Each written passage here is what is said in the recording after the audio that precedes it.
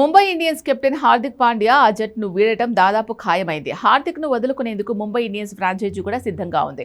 IPL 2026 season మధ్యలోనే హార్దిక్ పాండ్యా తన నిర్ణయాన్ని ఫ్రాంచైజీకి తెలియజేసినట్లు వార్తలొచ్చాయి. సీనియర్ ఆటగాళ్ల నుంచి సహకారం లేకపోవడం, వరుస పరాజయాలతో తీవ్ర మానసిక ఒత్తిడికి గురైన హార్దిక్ పాండ్యా జట్టులో కొనసాగడం తన వల్ల కాదని చెప్పాడని పీటీఐ పేర్కొంది. అయితే ట్రేడింగ్ విండో ద్వారా హార్దిక్ పాండ్యాను తీసుకునేందుకు కోల్కతా నైట్ రైడర్స్తో పాటు రాజస్థాన్ రాయల్స్ ఆసక్తి కనబరుస్తున్నట్లు తెలుస్తోంది. ఇప్పటికే రాజస్థాన్ రాయల్స్ ముంబై ఇండియన్స్ తో సంప్రదింపులు ప్రారంభించినట్లు వార్తలు కూడా వచ్చాయి. వీలైతే క్యాష్ డీల్ లేదా స్వాప్ డీల్ ద్వారా హార్దిక్ పాండ్యాను తీసుకునేందుకు రాజస్థాన్ రాయల్స్ సిద్ధంగా ఉన్నట్లు తెలుస్తోంది. హార్దిక్ పాండ్యా కోసం యశస్వి జైస్వాల్ ఇచ్చేందుకు కూడా రాజస్థాన్ రాయల్స్ రెడీ అయినట్లు సమాచారం.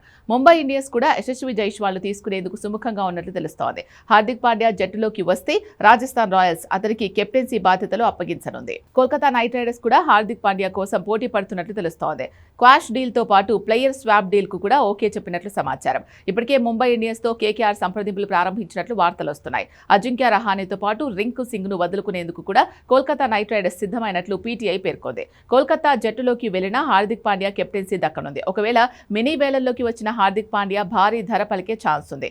ఐపీఎల్ 2026 సీజన్లో హార్దిక్ పాండ్యా సారథ్యంలోనే ముంబై ఇండియన్స్ దారుణంగా విఫలమైంది. 14 మ్యాచ్ల్లో 4 మాత్రమే గెలిచి పాయింట్స్ టేబుల్లో 9వ స్థానంలో నిలిచింది. గతంలో గుజరాత్ టైటాన్స్ నుంచి హార్దిక్ పాండ్యాను ముంబై ఇండియన్స్ క్వాష్ డీల్ ద్వారా కొనుగోలు చేసింది.